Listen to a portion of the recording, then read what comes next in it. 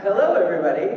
My name is Jeanneret, and I am the moderator for this panel. Welcome to Opening the Gates of Hollywood. I didn't know that we were the key holders, but I guess that we are. Now we are. Yeah, today we're going to be talking about Legion M, which is a very exciting new property. You guys probably already saw some of the articles that were passed out by the Hound, which I just think is hilarious. And it only happens at Comic-Con. But we have Jeff Annison and David Baxter here from the company, and we're just going to be going over it. Like, it's still relatively new to me too, so we're all on a journey of discovery here, man. I'm going to ask the real tough questions. Oh, it's a hard hitting. It is a hard hitting. I'm Barbara Walsh. Journalism. Yeah. But if you guys have any questions, I know some of you might be familiar with it already. Just feel free to raise your hand. This is real casual, guys. We're all big nerds here. It's fine. Yeah, but first off, go ahead and introduce yourselves. Tell us a little bit about your background. Okay, fantastic. So I'm Jeff Annison. I'm one of the two co-founders. Paul wasn't able to make it this week, and he's going to Palm Springs next week. So we've had to there are so many cons, and we would love to go to all of them, but we're still kind of testing this out and seeing what the most effective way to get the word out is and tell people about this. But so I'm one of the co-founders of the company, and prior to this, I was a roller coaster designer. If you've ever been on Jurassic Park the Ride at Universal Studios, I have. That was my first job out of college. Oh, no way! And then I worked in the toy industry for a while, and then Paul and I started a company called Movie TV. We were the first ones to launch live television on your cell phone. And then just a few months ago, we launched Legion M. Yeah! Hi, everybody. Can you hear me? So I'm David Baxter, and I am head of development for Legion M, which is a fancy way of saying I'm the guy who has to read everything and analyze it. As you can tell, I do sometimes, try to get dressed up a little bit for formal occasions.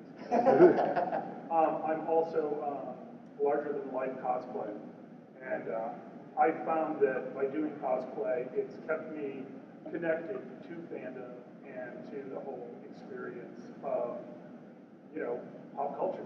And prior to working with Jeff, I was a comic book writer. I wrote for Image Comics, a series called Marksman, a WGA writer. My first sale was the second episode of Star Trek Voyager. So I didn't know that. Yes, I did. Anyway, yeah, they stripped me of my credit because they wanted to keep all the money. There's an interesting thing around it. Anyway, the point is, I have some geeky proclivities. Yeah. In case that wasn't abundantly obvious. Yeah. And I was a development executive for many years, working for people like Dave Thomas from Second City Television. I've got to tell you, since I met Jeff and learned about what his plan was, I have been a true believer. And this is a historic company. It's a historic idea, not just for us, but in general for the world of investing, where you have investors who are not passive, but who are actually active in trying to promote the product service idea behind the company.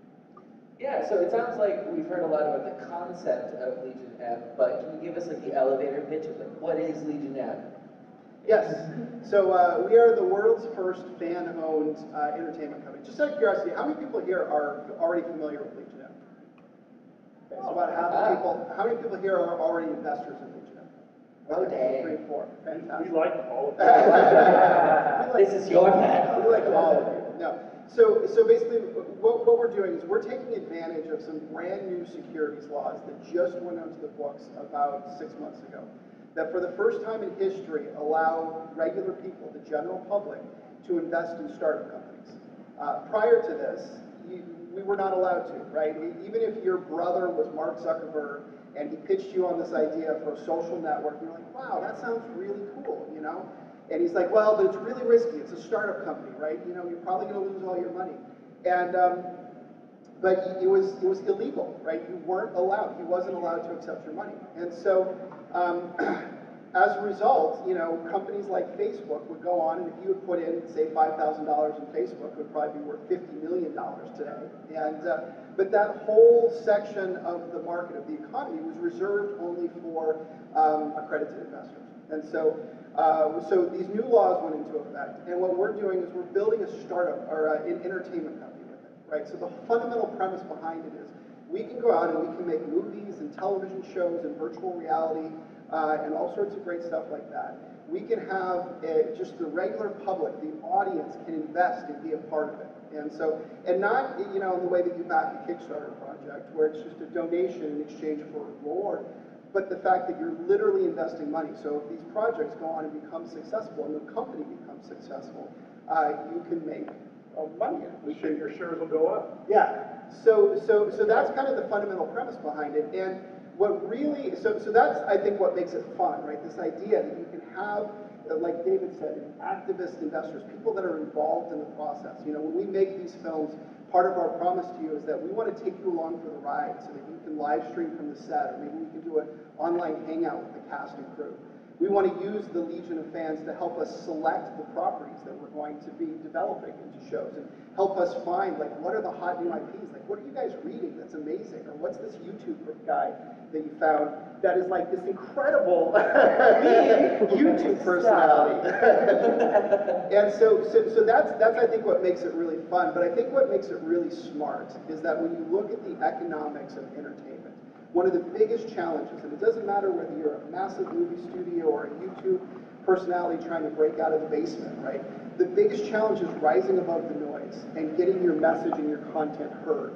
And so this idea of having a legion of fans that are invested in the process, and financially, and probably even more than that, emotionally, like, when our movie comes out, our fans are going to want to go see it because they've been along for the ride since day one, right? So they're going to come out on opening night and they're going to bring all their friends, and we're going to give them an exclusive premiere party kit, and they're going to talk about it on social media. All that stuff becomes a huge competitive advantage. And so fundamentally, we believe that by developing movies and TV shows in this fashion, it gives us an advantage over, Hollywood, which is an extremely competitive ecosystem. So. Yeah, and not only that, it seems like, and I see like a Green Lantern fan over here, it prevents movies like that being made. I mean, we have an advantage in that also we're much more nimble than a studio. Very recently there were a series of box office bombs, very expensive movies. And at the end of the day, if you are setting, like, it's got to be made by this date, and you're not taking care to make sure the script is right before it happens, you can throw as much money as you want at that. It can be really pretty, but it still won't be satisfying. And we're coming at it from a different angle, where we want material that's already been, in a sense, focus grouped by our own investors.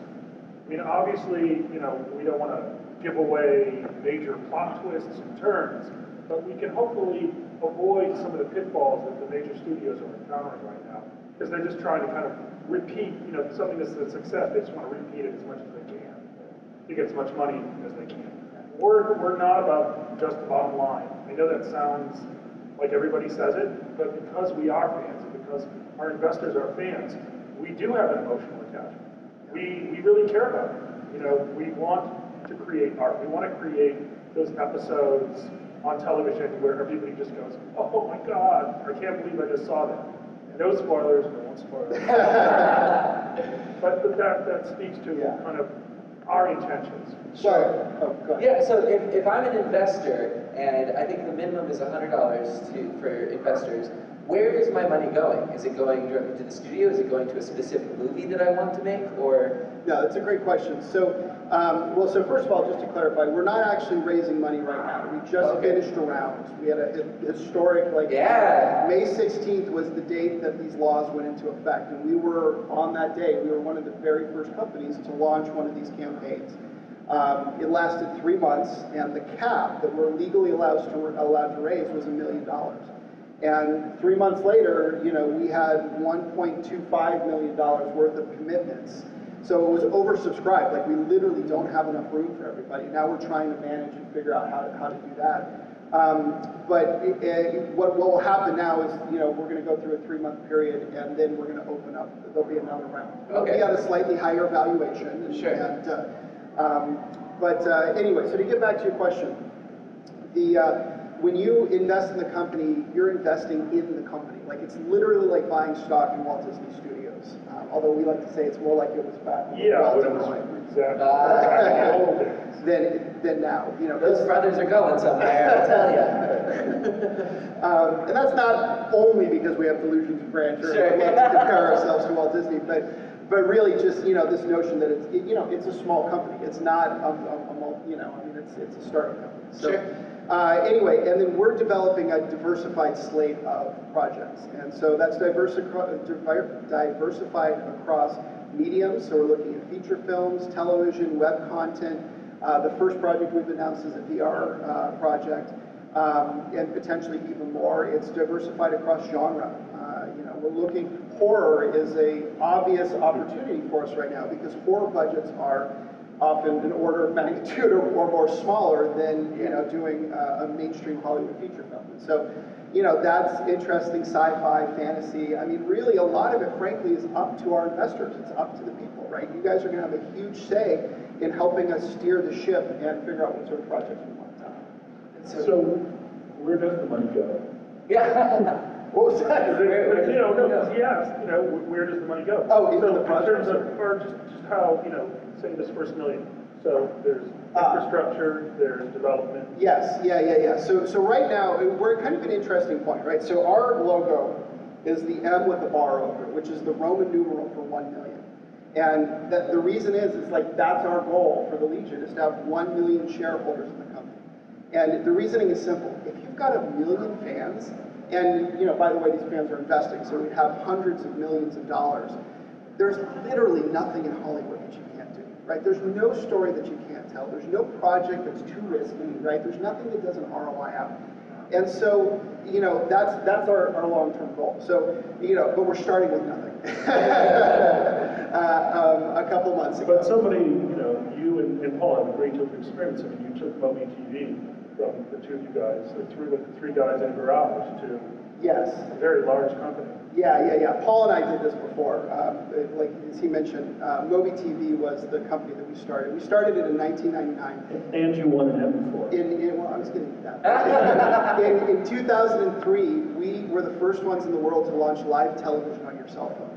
And at the time, right, people told us, that's the stupidest thing I've ever heard. Like literally, and I'm talking about Hollywood bigwigs, right, told us, nobody's ever going to watch a movie on their phone. Like literally, flat out. Well, in 2003, I had like a Razor. Yeah, that's exactly it. And that's why, right? Yeah. I mean, the experience was lousy. We called it live TV, but it was a live Discovery Channel and live feeds from these things, but it was at, probably 1 frame every 2 seconds, if you can imagine. So the audio was contiguous, and what we found is that as long as the audio was contiguous, it didn't matter if the person, CNN totally worked, right? Yeah. Basketball did not work out, right? So it was only certain types of content. But at the time, it was the coolest damn thing that you could do on your cell phone. I was happy if I could check my email, like, this is so cool. And so we had an experience which was very similar to what we're seeing now with Jeanneret, where, it was just a small group of people, and we developed this product, and we're like, wow, this is really cool. And we put it out there, and it was a bit like this, the IBM commercial. There was an old IBM commercial, I don't know if you remember it, but it was launched on 2 phones on Sprint, and what happened is we put it out there, and we got our first sale. Everybody's like, oh yes, I just signed up. It was a $10 a monthly recurring subscription to subscribe to the service. And then the next one came up, and the next one came up, and then suddenly it starts going like they were like, oh shit. So anyway, that just took off like a rocket, and then in 2005 we won an Emmy for innovation in television, and so it was very rewarding to go back to those people who had told us that it was stupid. Thank you. Anyway, so I don't know where we got off on that. Oh, you had asked where the money goes. So right now we're at a very unique point. We're at that ground floor, where it's just a small team. And we've got over 3,000 investors in this first round. We've got another probably 5,000 or 10,000 people that are members of the Legion that have signed up, and they haven't invested either because they got in too late or because maybe they're not sure, and that's fine. But you know, these are the first couple steps towards $1 million. Yeah. And so right now the money's going towards, you know, financing, you know, just the monthly burn and setting up our infrastructure. We're gonna have to do, it takes marketing money, right? We gotta get the word out, you know. You come into cons like this, Facebook advertising. How many people saw our Facebook ads? I did, a lot. Hopefully not annoying. No, we need you guys. Because Yeah. that's part of what can cause that ticker to go, is Sure. spreading the word of mouth. Because, you know, from an outsider's perspective, you know, this is totally new stuff. So a lot of people might say, yeah, this is just a scam. They're just like taking our money. Nothing's going to change. Hollywood's always the same. But the thing is, until somebody tries to make a change, it definitely won't change. So all that we can do is take our experience, you know, in the entertainment field, in the tech field, and combine it together with actually what the investors have to offer. I mean, I cannot tell you the incredibly creative people that we have met in the investor group. And I don't think there's ever been any kind of thing like this before. So we're just blown away by everybody's, you know, positive support of what we're doing.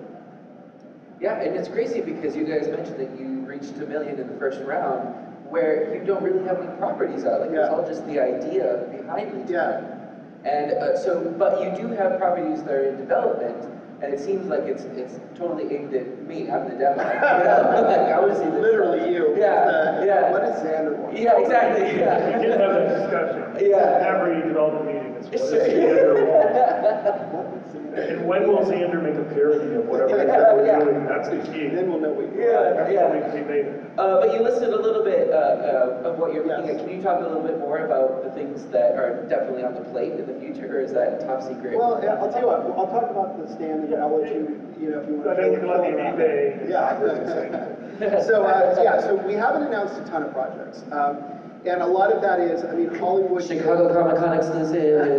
Yeah, that's We're under a friend DA here. Nobody says anything. That's true. Yeah, we do have a terrible track record of letting things slip. So please,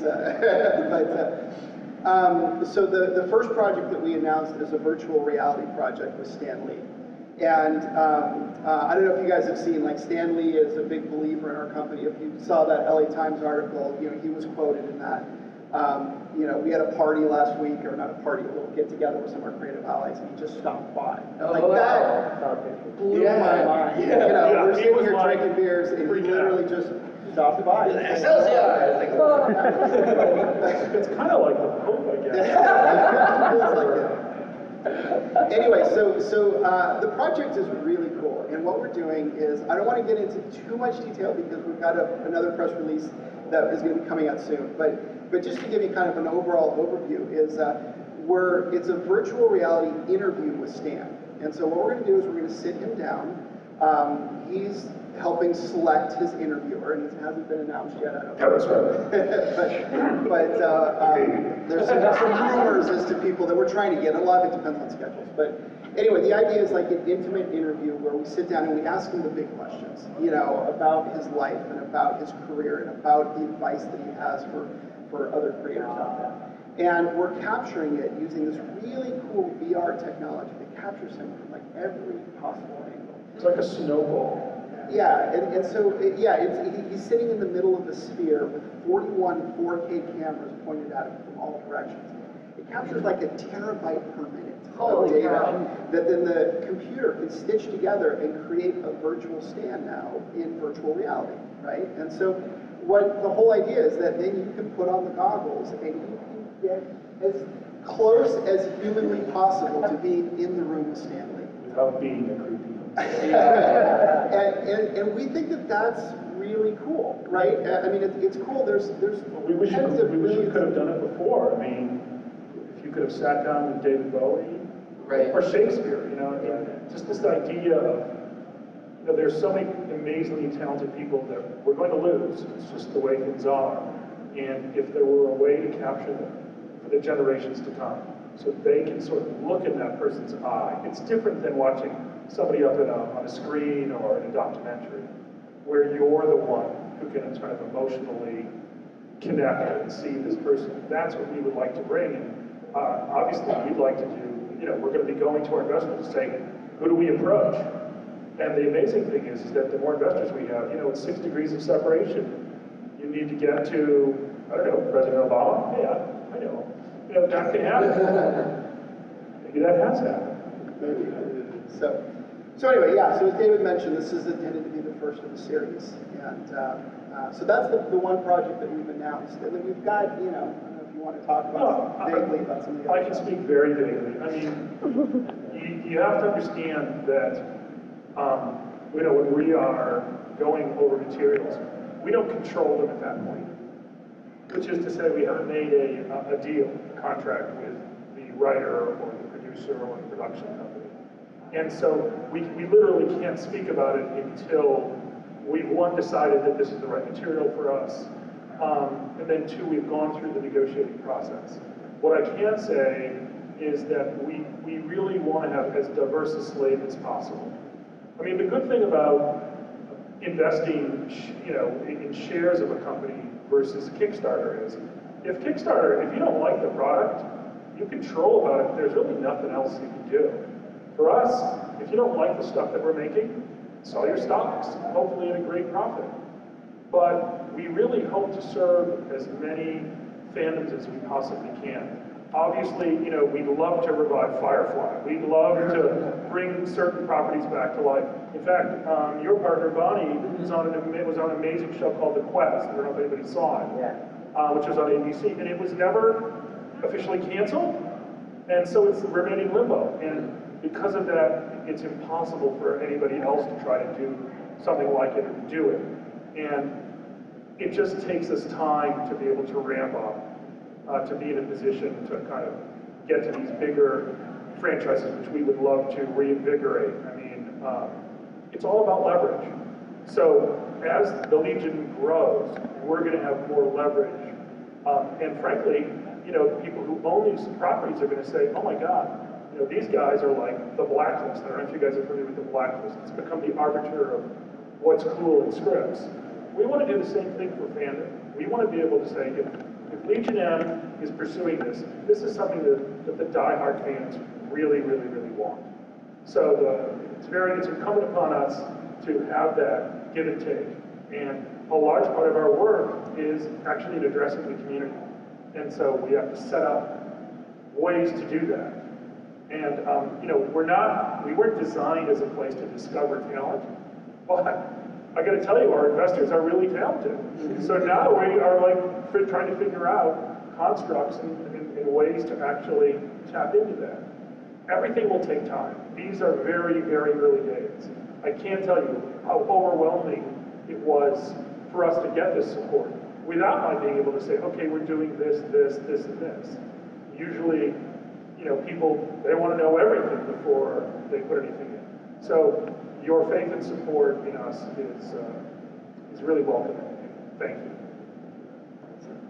As a child of the internet, if there's one thing I've learned, the internet is dark and full of terrors. Does it make you nervous to give so much control to the mob out there? Well, it's definitely a double-edged sword, sure. Right? And we recognize that. And one thing that we want to make clear to everybody is this: it's not a democracy, right? It's not like everybody gets to say, what it is. I mean, we've got amazing partners. Stan is one, Seth Green, and the guys behind Robot Chicken, Stupid Bunny Studios is another, Alamo Draft House, Meltdown Comics, 42 Entertainment, they do augmented reality gaming. WISO, do you remember guys, the WISO Serious campaign? They're the ones who do that. If you don't know what 42 Entertainment is or augmented reality gaming, alternative reality gaming, check them out. Look up WISO Serious campaign, look up the Halo 2 stuff. I can do a whole panel talking about that because it blows your mind. Anyway, the point of it is, we partnered with those people because they understand the art as well as the business of making great content. And those things are not always aligned. And all of us as fans have an opinion, but there's a reason why Seth Green gets paid an enormous amount of money to make content, right? Because he's good at it. And so just because I think that maybe it should be a little different, doesn't necessarily mean that it should. So what we do is we try and find ways to constructively, use the Legion, helping us find a new property. Like, that's amazing. Like, that helping us review properties. We want to have like a digital film festival. We're gonna back the winner of it. And turn that into a feature film. That would be a great thing to bring the Legion in. A lot of creators, like if you talk to Seth Green and you're like, hey, we've got this Legion of like 3 or 10,000 people, that are interested in, his eyes light up and like, oh, what if we did this? Oh, what if we did that? So the creators that we plan to work with are ones that see the value and want to find ways, to get it in.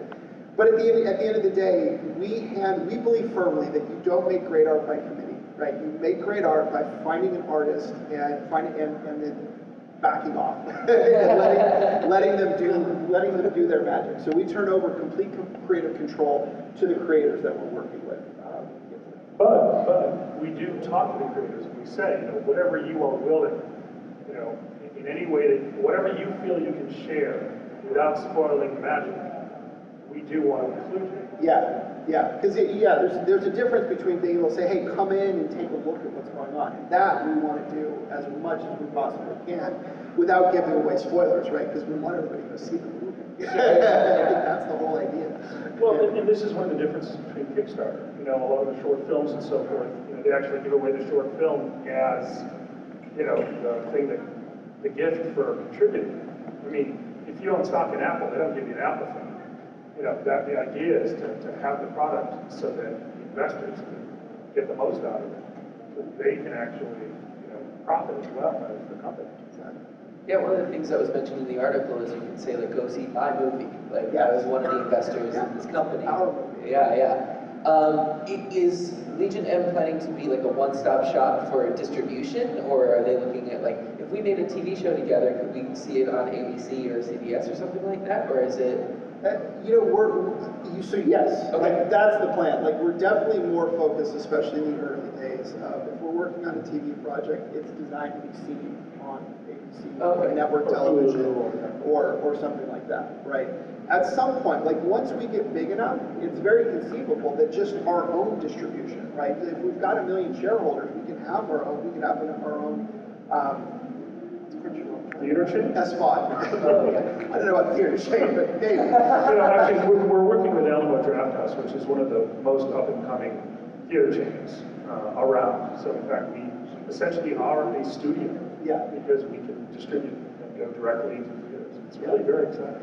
So it's really focused on the mainstream today. But again, I mean, one of the nice things, I mean, we live right now in a golden age of entertainment, especially in television, right? It's really interesting because you see film kind of feature film kind of collapsing in on itself,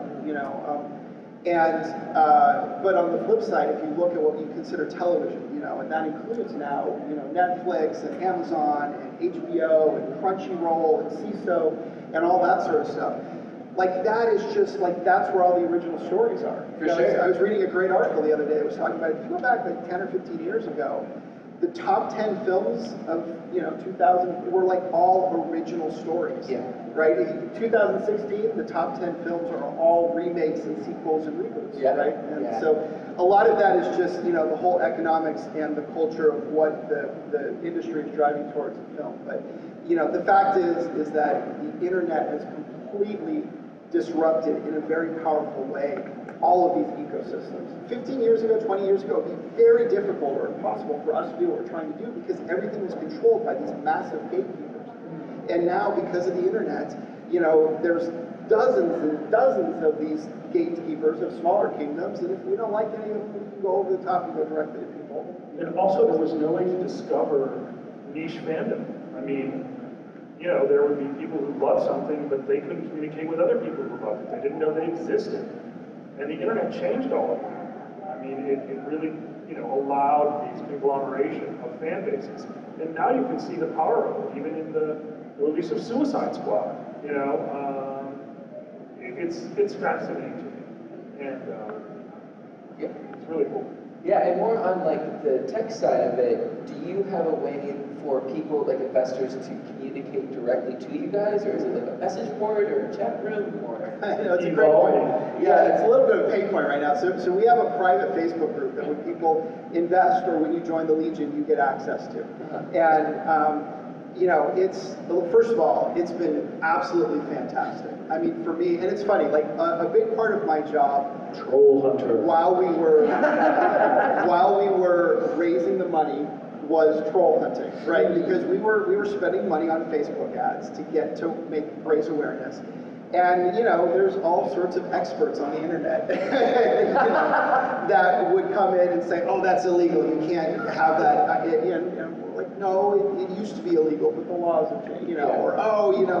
Anyway, so that, like, it was hard, right? Because my job was literally to go and, you know, answer these comments, because I'm paying for an ad. And so the last thing I want to do is pay for an ad, and you see an ad, and there's some jerk there, you know, scouting incorrect information. But I would then go to this forum, and it was like my rejuvenation, because there people are like, oh my gosh, this is so awesome, I'm so excited, you know. And anyway, so the community has been fantastic. David alluded to it before, there's so many creators, there's so many creative people. It's a lot like the culture here. I mean, what I love about Comic-Con is everybody is enthusiastic, and they're accepting, and they're fun, and they're friendly. And that's really what we're striving. I feel like we've got a lot of this in the Facebook group. The only problem is that it, you know, started off like literally a month and a half ago. We had nobody. Now we've got over 2,000 people in. Oh, wow. And it just became a little bit too crowded of a room with, you know, people trying to talk and people like, oh, I don't, you know. So anyway, so we're in the process of rolling out some forums, and we're in the process of building some gamification. What was that? Maybe not. Perhaps. Oh, yeah. Yeah, at some point we'll have an app. So that's actually a huge part of what we see as the challenge and the opportunity, is creating the infrastructure and the systems that allow, you know, this legion of fans. Like, if we can harness, like, even a tiny bit of the energy and enthusiasm of that, it's so powerful. And that's something that, again, in a very competitive world of Hollywood, you know, having that sort of competitive advantage is huge. Yeah. Well, and then you alluded to it before, too, about, like, maybe rebooting properties that fans really want to see. But again, that's the world that we're living in. It's the world of reboots and sequels or whatever. How are you going to go about curating, like, original content if it's something that I, as an investor, have never seen before and know nothing about? This is actually one of the superpowers of the investors, is that this becomes essentially a movable fandom.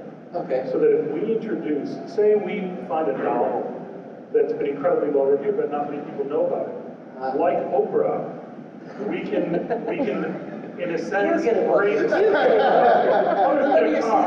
We start with books. The point is, if we've got, you know, 3,000, 10,000 people reading a book, and then they're like, I'm going to do a cosplay, and someone that goes onto Pinterest. You know, there are ways that we can introduce a new property that nobody's ever heard of, and then leverage that into the greater fan world.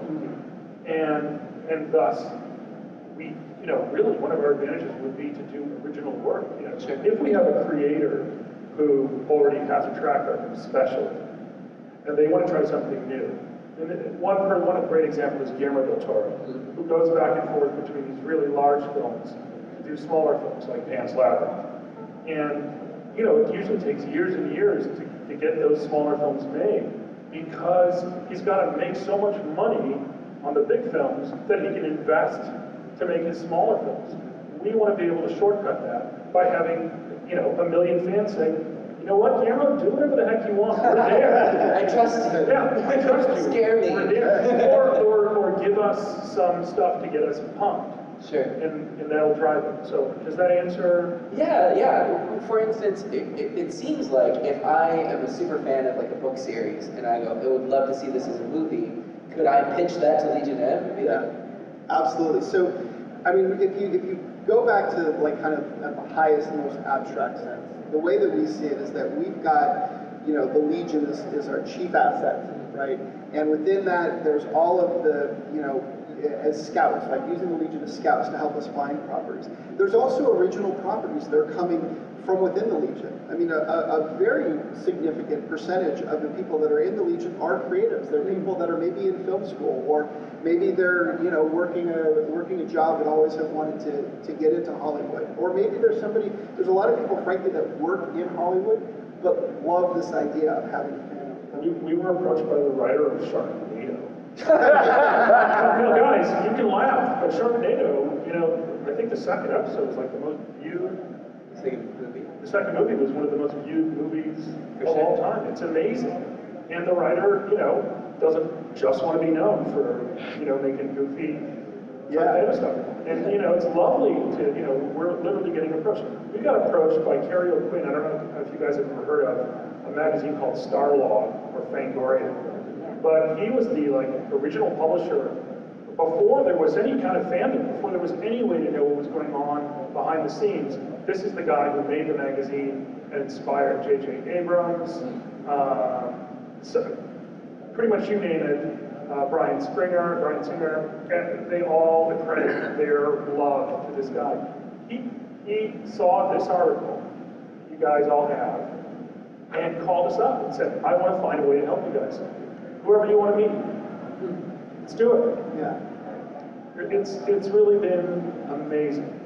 So really, I think the opportunity for us is to take all of this creative input that's coming in on one end and marry that with all these people who, again, have a vested interest in seeing the company succeed and would love to review a script or review a pitch or something like that. And so in a perfect world, we'll be able to develop a system where we can marry those two, and the really good stuff will bubble up to the top. And when we break a screenwriter or a director or an actor or somebody from the Legion, that's when I know that we will have succeeded, from that. Yeah. Are there any other questions that are coming up from the audience? We're going to be wrapping up in a few minutes. Oh, by the way, we're going to be doing an informal meetup over at the lobby of the Embassy Suites across the street. It's like a lobby restaurant area. You're all invited. It's at 3:45, and Jeff and I will be there. Just low-key, hang out. Yeah, if anybody has any questions or wants to talk or chat or whatever, we're here to hang out with our investors and people that are interested in learning more about what we're doing. Does this all make sense, what we've said? Yeah. We're not like crazy nuts? Well, is there anything that you guys want to say before we wrap up? Anything that I missed? No, I mean, not that I can think of. Again, you should tell them when the next time we'll be able to invest. Oh yeah, if I'm a potential investor, do you know when I could get in on this action? Yes. So it'll probably be November will be our next round. But honestly, aside from investing, right, we view this as a movement, as much as a company. And there's plenty of people, like I said, you can sign up for free, and when you sign up, you literally get access to 95% of what the investors get to right now. And where can I sign up for free? Oh, I'm glad you asked. Just thelegionm.com is the website. You can sign up for free. You can join the private Facebook. You'll get our updates. You'll get all the behind the scenes. And it will put you on the list. You'll get dibs and priority when the next round opens, which will be in November. And, there's no obligation, and if you don't want to invest, that's fine. We're perfectly happy to have you contribute however you want to contribute. Or just lurk if you want to just lurk. Yeah, and even if you do invest, you can, up until, I think, 48 hours before the end, they can still back out. We don't know the specifics of how the one in November is going to work, but it does get you on the list, and if it does sell out, like the last one did, that actually could be valuable. Sure, yeah, it's a good problem to have. Yeah. Oh yeah. Can you tell what the valuation is going to be based on what we did so far? You know what, I can't tell you, I don't know yet, right? So the valuation, it was $7 a share, for this first round. And I don't know, if I had to venture a guess, I would say maybe a couple dollars more. It'll be, it's going to be a slow, steady, rise over, years. We're looking at this in the long term. And again, Paul and I have been through this, we've scaled companies, it doesn't happen like that. You just have to, and it's also, and I say this all the time because I want to make sure everybody's expectations are right. It's a roller coaster. Sure. If you've never been in a startup before, it seems everybody's like, oh yeah, Facebook, they started here, and it's just, and it's no. It's not like that at all. Anybody watch Silicon Valley? Yeah. That show is dead on true. I kid you not. You know, you are on top of the world one day, and the next day you're like, oh my God, we're all going to die. And we want to share that with you. That's what we think is so amazing, because it's totally addictive. It's intoxifying, and once you've done it, you'll be like, oh, I'm never going back. Well, And then you did it again. Will we get on the opening credits of Silicon Valley?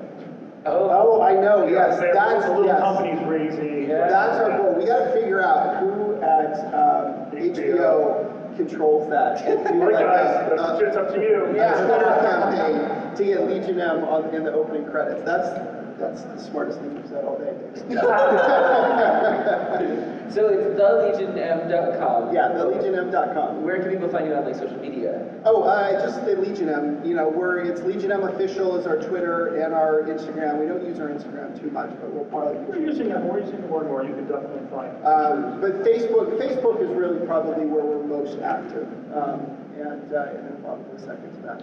Oh, a real question about that too. Like we're here in Chicago, but where are most of the investors for like meetups and stuff like that? Oh, that's great, and that's actually a really interesting point. So we publish a map, right? Paul puts all the towns for not your home address, but the towns, you know, where people have invested, and publishes a map. We got 5 minutes warning. Thank you.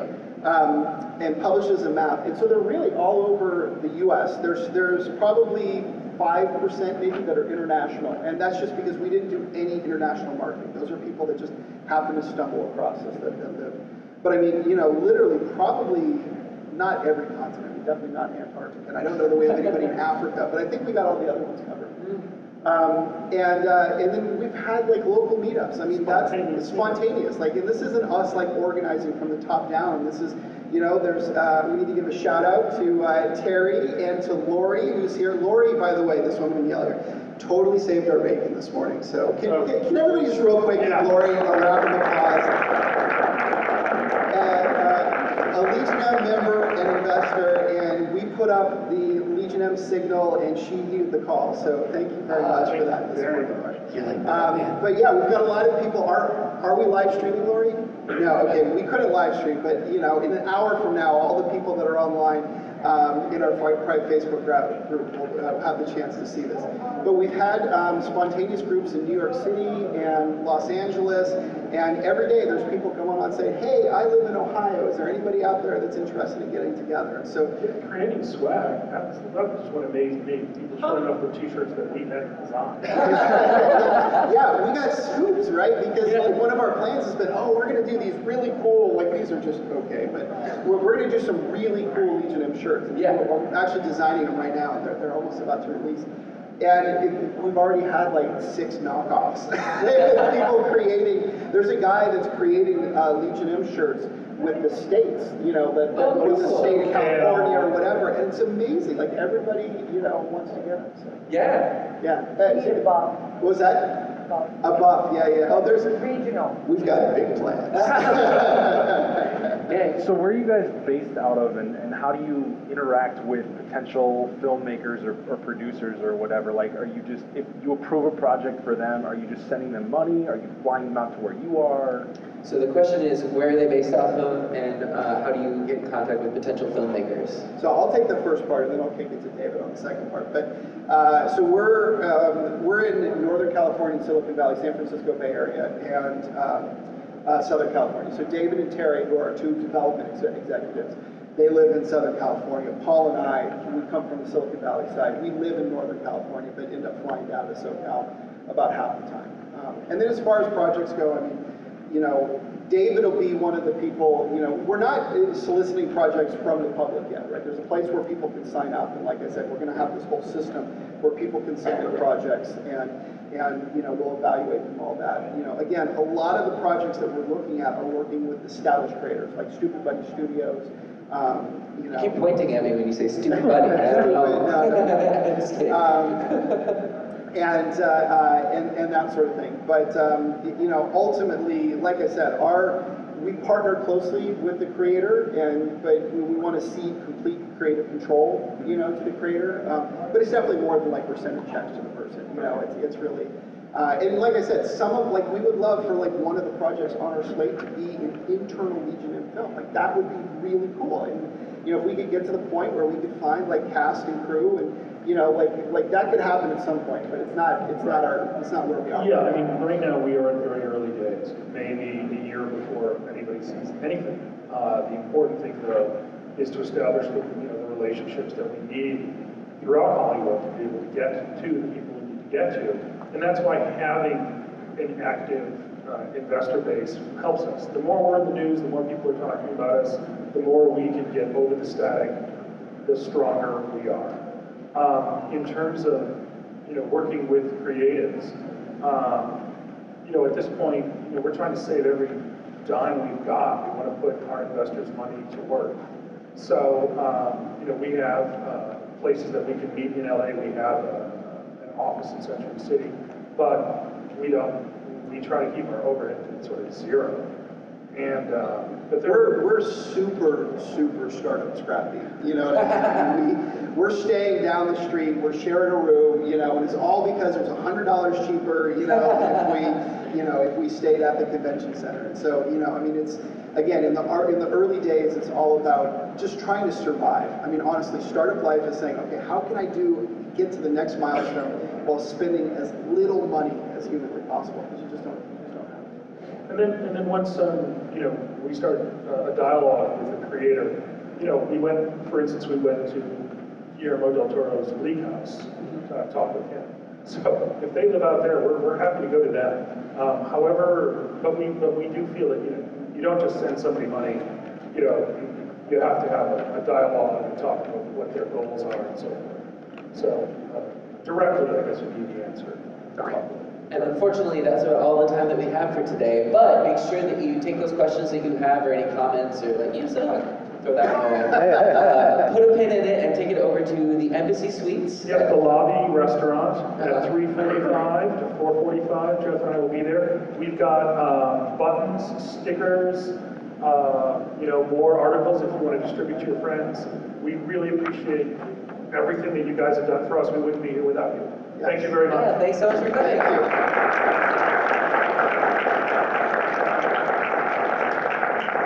Oh, and a quick shout out and thank you from the Library Bards, our